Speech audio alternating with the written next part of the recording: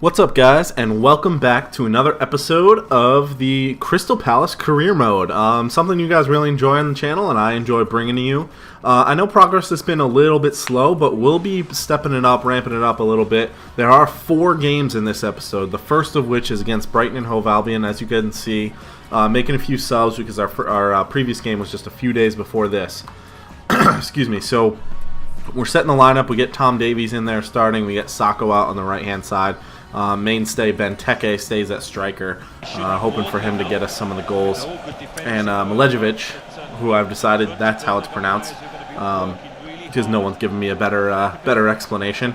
Cutting inside there, passes to Benteke, and Benteke just finishes nice and easy. Couldn't be more simple of a finish there. And let me know if you guys like the way I kind of edit these videos. I don't throw a ton of chances in. It's mostly just goals. I find that's the most exciting part of the game, obviously. So, you know, in games that aren't like 0-0, I'm just going to put the goals in for the most part. So you can see here we're coming out of our goal kick. Van Aanholt plays around with the ball a little too much. And by Van Aanholt, I do mean me. And we get punished for it, unfortunately. Really nice finish. Nothing Lafont can do in goal. But it was entirely my fault. I should have got the ball out quicker, and I got punished for that mistake. And again, Brighton and Hove Albion coming forward at the MX Stadium. Gross through the middle there, out wide to Izquierdo. Big looping header that just falls to the right guy. He pops it up back into the middle, and they're able to finish it right past the goalkeeper there, unfortunately. And this was just before halftime. And we couldn't do anything in the second half. Poor touch from Tom Davies there. Sets him up nicely for Babacar. And Babacar slots that right into the upper corner. So we do end up losing to Brighton 3-1. Which is really unfortunate. Coming off a win in the last game of the previous episode. We do unfortunately take the loss there away from home. But we do jump right into the next game as we look at some of the other fixtures around the league. And the stats, I mean, we got outplayed. We only had two shots on target the entire game, less possession. Brighton absolutely deserved the win there, unfortunately. So we do jump into our next game against Swansea, despite the loss. Going to try and shake it off there and jump into our next game if I ever actually hit the button. There we go. Pick our uniforms. We'll go with the away, Swansea with the home, and I just leave our best starting 11 in there. You know, our mainstay first 11, first choice. So we do get the ball to Benteke here, who plays a really nice through ball to Nkudu, who has to be signing of the season. Unfortunately, he doesn't score there, but Benteke absolutely levers that into the upper left-hand corner there. Let me know who you guys would pick for player of the season so far at the midway point.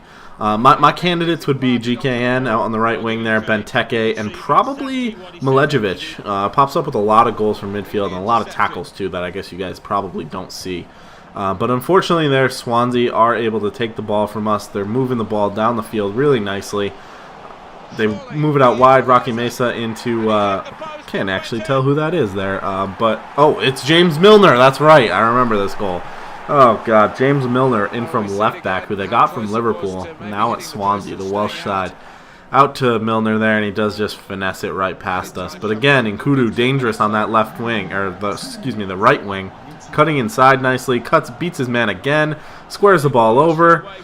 We don't score there, but we do get the ball back with MacArthur, who finds Benteke in the box. Benteke to Cabaye. Looks for space for a shot. Back to Benteke. Out wide to Nkudu. And what a well-worked goal that is. Just taking our time around the box, holding possession, making short, simple passes, and we love celebrating with the fans. We're a fan-based club here at Crystal Palace. We'll go down to that away end and celebrate with the Crystal Palace faithful there. What a great pass into Benteke. He had 5 guys around him. He drew all 5 defenders there and is able to find Nkudu. But unfortunately, late on, our defense just falls apart, and Renato Sanchez just levers that in right past Lafont.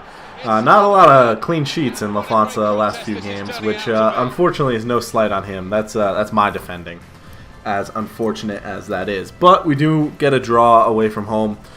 We're taking a lot of leads, and then we're giving them away. And that's on me. I really got to focus on my play. So I actually took a break after this Swansea game because we have Arsenal and Manchester City to end the month of December and to also end this episode. So obviously I wanted to be at my best for this fixture here. So I actually accidentally have to do this twice, this lineup. But we do put Sacco in on the left, Davies back in at midfield, give him another shot. Riedewald in at center back for a rare start in for Tompkins. But I felt that we needed a result against Arsenal. Arsenal were dead last in the table. I don't know how that happened, by the way, because they still have a great squad. They still have Sanchez, and I believe they still have Ozil. Though I'm not sure about that. I just want to point out Tom Davies on this play. He made that pass there. He was labeled. He's about to make another pass right here. Davies gets the ball again. Just look at him. So he started way back there, and he just darting run through the middle of the field and absolutely buries that into the corner. First goal for the club. Really nice to kind of vindicate that signing. Not that anybody was really against him, but he was a good amount of money. And now that he's gotten a few good chances in the team, he's able to make that nice run and finish nicely on the weak foot, on the left foot there. And I will tell you, spoilers, he's not done there. So actually I speed this clip up because right away we pile the pressure on the misery compiler, as Spencer FC would say. And we're able to get another goal with a nice piece of passing play through the midfield. MacArthur to Davies, to Milejevic, back to Benteke, and Benteke just absolutely hits that with all he's got right into that upper corner. I think I'm doing a better job of mixing in power shots versus finesse shots versus driven shots.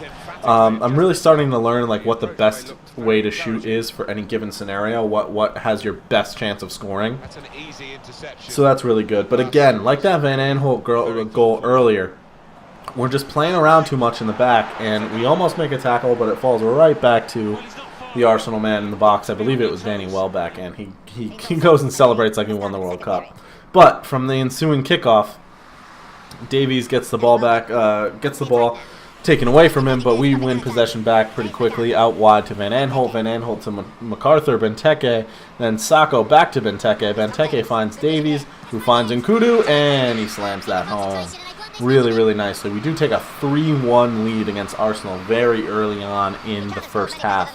We are playing at home, which is absolutely an advantage. I feel like I just play better at home. Maybe it's, it definitely might be a mental thing, but one way or another, we do seem to get more results at home than away. But just a few minutes after this, again, Bellerin, who's playing like right wing, he was very advanced in this game, just finds Elneny there, who volleys it right past Lafont.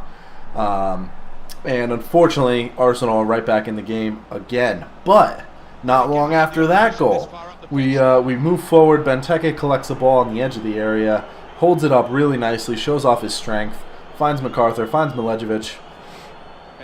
Back to Benteke. Benteke finds Tom Davies, and one wasn't enough for him. So on his goal-scoring debut, the first game he scores a goal for the club, he's actually able to net himself 2. And that was a really nice goal. Hit that really hard and true, and that was a really nice to see him finally getting on the score sheet for us. So that was definitely good. And now we're going to jump into this game against Man City. You'll see who we decide to play after we get through this uniform selection.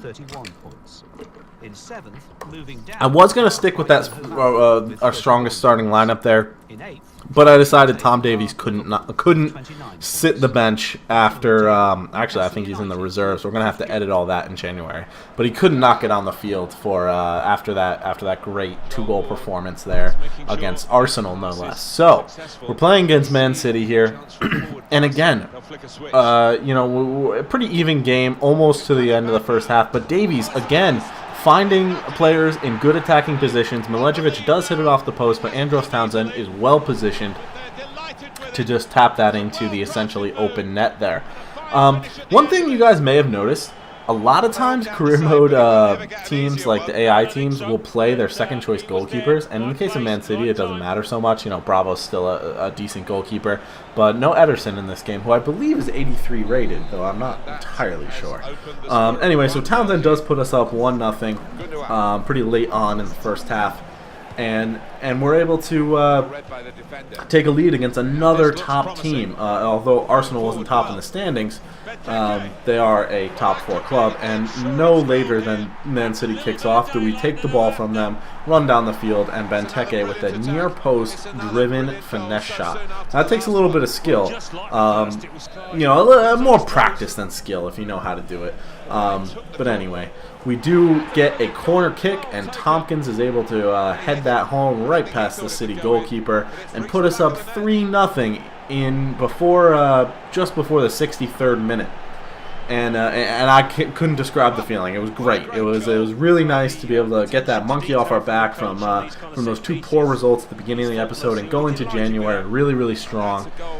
We actually play Southampton in our next game on the 1st of January, so you'll see that to kick off the next episode, which will be a transfer special. I think it could be a very long episode. It will contain the entire month of January, including all our games, all our transfers in and out, and a live deadline day. So that's going to be really nice. Look forward to that. That will be coming out on Monday, as we do wrap up our game there against City on December 30th, day before New Year's Eve. And we just have couple more things actually, to cover here. Sully Kakai has left the club. I showed you guys we agreed to terms. Didn't get a ton of money for him, so it wasn't super relevant.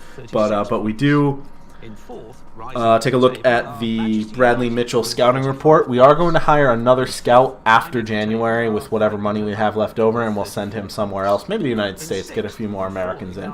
As you guys know, in the transfer window, Christian Pulisic is my #1 target, so we'll be trying to bring him in.